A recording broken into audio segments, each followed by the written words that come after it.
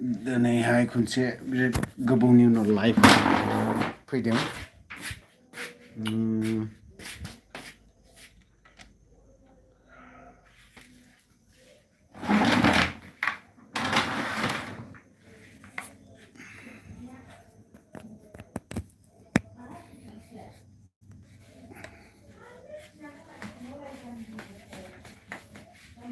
सासेबो गैया फैथ'वाखै दाबो लाइभआव।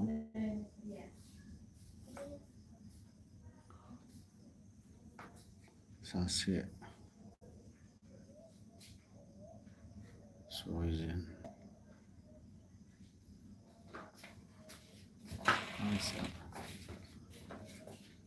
हेलो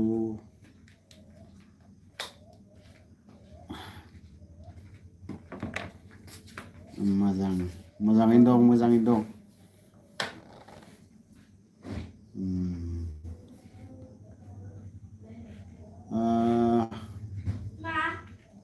गाबोनहाय बिदिनो सारनि बारै एसे सावरायनो नागिरदों।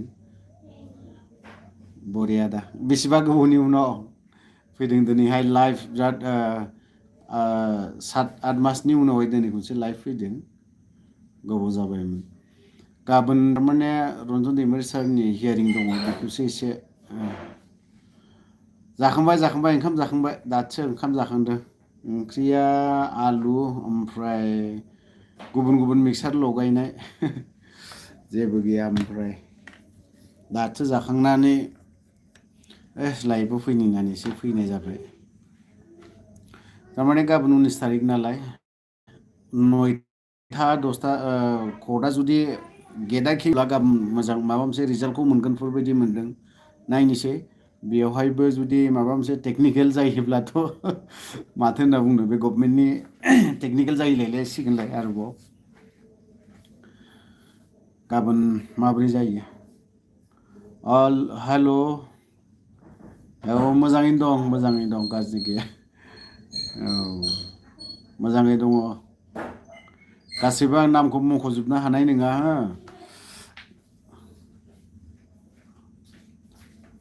उदां जानाया माब्रै थाबनो उदां जायोबा आंनि थाखायबो मोजां ओमफ्राय बर' रायजो राजानि थाखायबो मोजां जागोन होननानै आं सानो। खिन्थु गाबोन माब्रै जायो मा रिजाल्ट ओंखारो नायनोसै माब्रै जायो। गयोब्लाथ' सोरबा सासेनि थाखायल' नङा गासैबो बर' रायजो राजानि थाखायनो मोजां जागोन आरोखि। माथो खालामबावनाय गवाखै बेल' नङा। दाखालिहाय फैनायलाय दाखालि जिहेथु बिदायाबो हैदों मोजां मोनदों आं। बिथाङा जाखिनि ड्रेस पार्टि बायदिसिना गुबुन माबा माबि जानाय लोंनायबो हैदों मोजां मोनदों आं। बिसोर खोनानायावथ' 60 जनसो दङ होननानै बुंदों बिसोरखौ गासैखौबो। माब्रै जागोन गाबोन रन्जन सारखौ थाबैनो जोंथ' जेसेबां हायो एसेबां नाजाबाय थादों। जों दाखालि आं दा बावैसो दहाय हारिमुजों सावरायहरदोंमोन ओमफ्राय बानस' ओमफ्राय ओरैहाय बिथांमोनजों सावरायहरदों हारिमुजों सावरायनानै गाबोन गेट कर्टनि अफिसा खेंबासो रिजाल्टआ मोनगोन बेखौ होनना बुंदों। नायनोसै गाबोन 12थासिमहालागै रिजाल्टखौ नायनोसै 9थासोआवनो मोननो हागौ गाबोनो खबराखौ। मिनिया बर' बरिया दिनैसोलै फंबाय दिनैसो फैदों बिसोर गोबावनि उनाव लाइभ।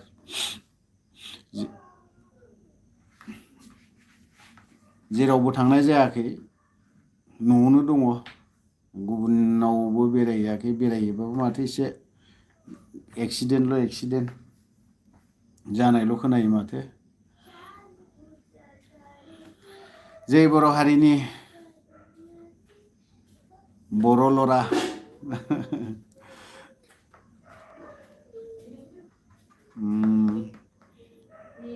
गाबोन जुदि मोजां हियारिंआ जुदि गाबोन जामारथारोबा गाबोननिफ्राय जुदि जायोबा सानबाया लागातार जागोन।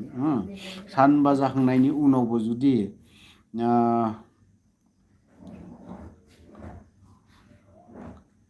गाबोन जुदि मोजां जायाब्ला बिनि उनावहाय रेडि जानानै थादो बेखौ आरो माथोबाव नायबाय थानानैबोथ' लाब गैया बे ओरैनो आराम बे हियारिंखौबो नेबाय थानानैबो लाब गैया माबानानैबो लाब गैया जायखिया बावहाय नों राजा लामानि अनगायै जों बिटिसि खौनो सेक्रेटारि अफिसाखौनो बन्द' खालामनो बा होसिख्रावनो थाखाय बावहाय रेडि जानानै थानायाबो मोजांखा आं बेखौ स्पस्ट' बुंखायो मानो होनना बुङोबा जिखुनु समावनो सोरबा सासेया दिनै गासैनिबो कमेन्टखौ फरायजोबनो हानाय नङा दै लोगोफोर गाज्रि मोननो नाङा कमेन्टफोरखौबो फरायजोबनो हानाय नङा ओमफ्राय नामफोरखौबो मख'जोबनो हानाय नङा गाज्रि मोननो नाङा बेखौल' बुङो आङो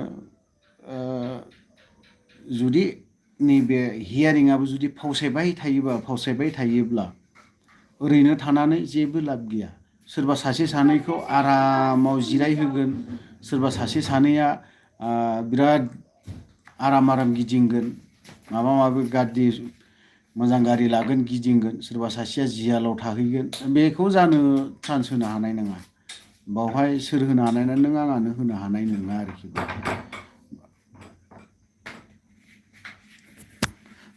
खारन दिनैहाय बिसोरो मा होननानै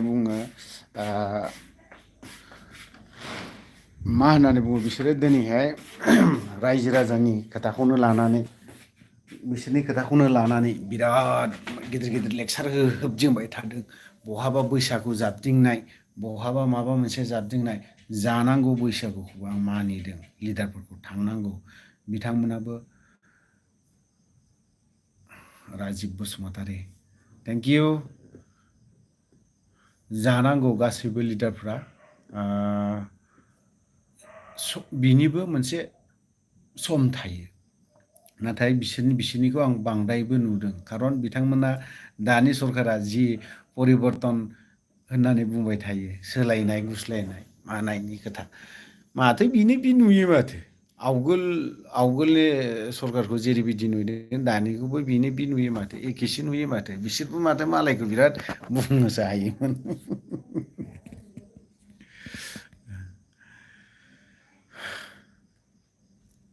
ओमफ्राय दे माबाफोर सोंनोब्ला सोरबा माबाफोर सोंनोबा सोंनो हागोन हानायखिनिखौ आं फिननायखौ होगोन जाखिनि फैदों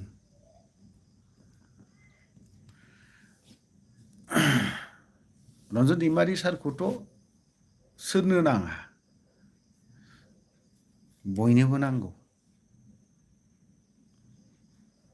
सोरबा सावफ्रिनोल' नङा दिनैहाय खिन्थु आंबा आं दहायो गुबुन आफादनि कয়েকজন मानसिफोरजोंबो आं सावरायलायबाय थायो आङो गुबुन आफाद बा गुबुन अर्गेनाइजेसननि मानसिफोरजोंबो सावरायो खिन्थु बिथांमोनाबो बुंदों होसिख्रावनायनि अनगायै जेबो गैया होननानै बुंदों आरो नंखागौबो होसिख्रावाबा बा नों राजा लामा गाथेनाय बे 1 घन्टा 2 घन्टा गाथेनानै बा होबथानानै जेबो लाब गैया जे थाबाय एबाराव गुबुन रोखोमसो सिन्था खालामदों जों दिल्लीसिम थांनानै जोंनि एक्स एन डि बि इउनाइटेड फराम हारिमुमोना दाखालि थांनानै मोनसे रन्जन दैमारि सारनि गनायनि नामाव बेल' नङा जेलाव थाग्राफोरनि नामावहाय मोनसे लेखाबो हैबावबाय हैनानै जुदि जेबो मोजां फिथाइखौनो थायाब्ला दिनैसिमबो जेबो जुदि खबर गैयाबा आजि नै कयदिन बारलांखो जेबो मोजां खबर गैया खिन्थु बेयावबो जुदि जेबो जायाबा प्रमद बर'खौ आं बुंखायो गबिन्द बसुमतारी बिथांमोनखौ बुंखायो नोंथांमोना सेक्रेटारि अफिसाव हाबनायनि खोथाखौथ' दा सिन्था खालामखा दा सान ओरै खर' गाथेजोबनानै सेक्रेटारि अफिसाखौनो बन्द' खालामनानै दोनगोन थाबाय था बिदिनो नांगौबा जेलाव थाङोबा थांबावगोन सानबेसे थानाय सानथामल' थायोलै बिदिनो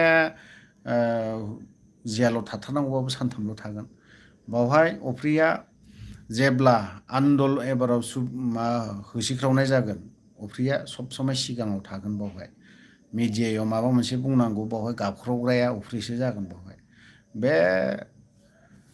आरो बावहाय आं गासैबो दल संगठन जिसिबां गावनि खोथाखौ साना लाफानो रायजोनि खोथाखौ सानोब्ला साबसिन जागोन होननानै बुङो सोरबा आबसुखौनो होन सोरबा साहित्य सभा होन गुबुन दल संगठन बिथांमोनाबो हायोबा ओंखारफानाया मोजां बेफोरबायदियावहाय दिनै आरो सरकाराव थाग्राफोराबो नैबे सरकाराव थाग्राफ्राबो बिथांमोनाबो बे होसिख्रावनायावहाय ओंखारफानायाबो मोजां खारन जों ओरैहाय एक्स एन्ड बि इउनाइटेड फरामा जेब्ला सुबुं गमा लायो जेसेबां बर'नि दल संगठन दङमोन मोनबेसे दल संगठन दङ बिथांमोननो जों लाइजाम हरजोबदोंमोन अदालगुरियावबो फार्स्ट टाइम खुंनायाव बावहायबो आबसुफोरनोबो हरजोबदों चिरां डिस्ट्रिक्टआवबो खुंनायाव बावहायबो होजोबदों गासैनोबो होजोबदों ओंखायनो बावहाय एक्स एन डि बि इउनाइटेड फरामा गासैखौबो फैनायखौ खावलायगोन आरोखि बावहाय दा नायनोसै साननैसोनि उनावहाय दे सार जागोन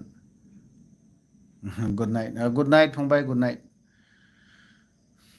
10 जाखाबाय जानायालाय टाइमाबो 11टा आंथ' उन्दुखाया हरनि 1टा 2टासिम निउसावनो थाबाय थागोन माथो खालामनो होननानै ओरैनो दसे सम नोंसोरजों फैदों बारा गोबाव लाइफआव फैबा बारा रायलायनो रोंलायलाङालै आङो जायखिजाया दोनथ'नोसै बायदि मोनबाय आं गुड निउस गुड नाइट दादा गुड नाइट फंबाय